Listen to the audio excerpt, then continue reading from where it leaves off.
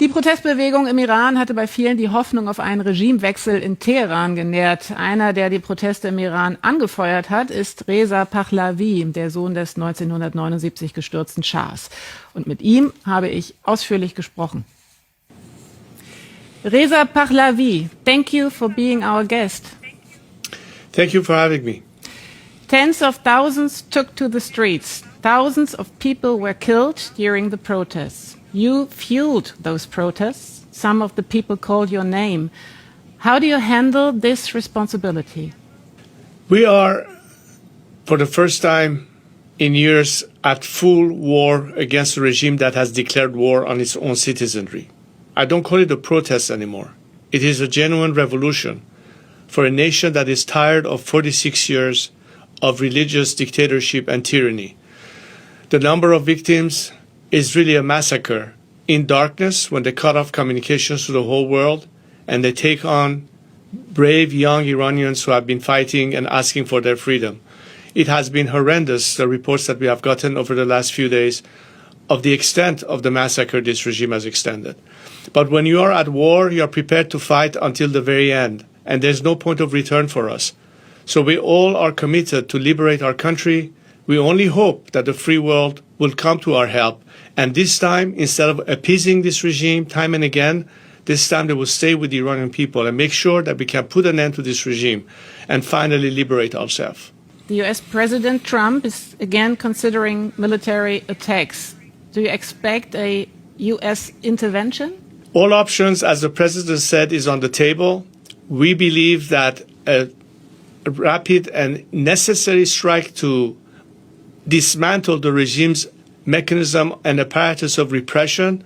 That means targeting IRGC and other elements tied to the regime machinery of repression would be a very effective way to weaken the regime and make it impossible for them to use the level of brutality that we have seen against unarmed civilians. That's the only time that you can actually help this nation, giving them a fair chance to succeed, if indeed the objective is to on the one hand, provide our nation with freedom, but as an element, unlike this regime that has always been hostile to the West, and in particular to the United States, a nation where the Iranian people want to live at peace in the region and work with their neighbors and provide that level of tranquility and stability that is the best strategic interest of the Western countries, including the United States. And I think this is something that Donald Trump understands fully.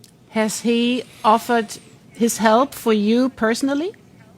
I'm not asking for any personal endorsement from any leader anywhere in the world. What I do ask them to do is to help the Iranian people and respond to their appeal for help. This is the best way that the world can help us. And I, of course, have offered to help my compatriot at their call to lead this transition, move beyond this regime, and bring it to its ultimate conclusion, which hopefully will be a secular democratic system in Iran once we can organize free elections. We have a plan for that, which is quite extensive, and Iran's prosperity project that has various phases to do that. We would like to work with all those who are willing to help and assist us in that process. So there's a lot going on as we speak. But first and foremost, we'll have to see in what way the response will occur and how soon can Iranians be in a better position to then push for the ultimate move. Everything will be riding to a great extent on this intervention that everybody is awaiting. For some, you're seen as a beacon of hope, but with all respect, there is no proof of how many people really support you. So what makes you more than a self-proclaimed future leader? Millions of people came to the streets in Iran, in the four corners of Iran. By the millions, they were chanting my name. They were saying Pahlavi barmigarde, which means Pahlavi will return. They've been chanting, Iran is ready now, give us orders, Shahzadeh.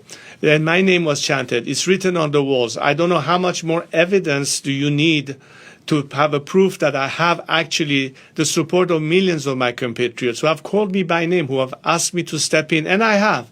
So I have no doubt in my mind that this support is definitely out there. What the world needs to understand is that I'm here to help with the transition. I'm not running for office. I'm not asking for anything in return. But I know and understand how crucial my role could be to be that agent of change as a father to the nation and as a servant to the people. And that is my commitment to them. And I think that's why they trust me and that's why they call me, because they know that for the past 46 years, I have never, ever wavered from this commitment beyond my words in action. And that's why today's Gen Z of Iran comes to me, call me as a father, and want me to lead them to the final victory. Mm-hmm. And I'm ready to do my part. Let me ask you, you have critics who fear that upon a possible return to Iran, you will aim at forming perhaps a new autocracy, possibly a new Pahlavi dynasty. So in what respect do you distance yourself from your father's way of governing?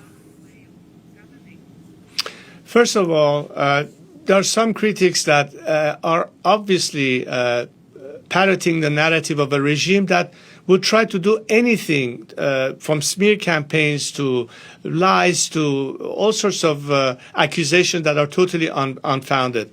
Look, I lived the better part of my life for the past 46 years in the Western world, in democratic countries. I understand the importance and the values of all the institutions and the mechanisms to make sure that you cannot deviate from that, where there's no concentration of power, when you can fight back corruption, how important transparency is, and everything else in between. This is something that we will utilize as tools to strengthen our institution, to bring our civil society into the picture, well beyond the structure of governance. How would I possibly be someone that would not understand the importance of it? And because I understand it and I've learned it in practice, that's exactly what I'd like to bring back to Iran. So we as Iranians are guaranteed in the future to have self-determination, to have freedom. But as to the measure of what will determine the future, there's nothing other than the ballot box that ultimately will decide it. So I wonder if these critics are just as committed to democracy as I am. Because if they are believing in democracy, then they shouldn't fear the ballot box.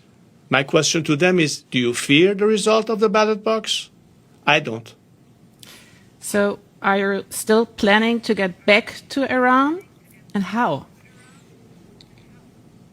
Well, how I get there, I'm working on it, but I'd like to be there even before the regime collapses, if possible. But I'll be there sooner than we think, able to help my compatriots and lead us to the next phase. Reza Pahlavi, thank you very much for your time. Thank you. Thanks for having me.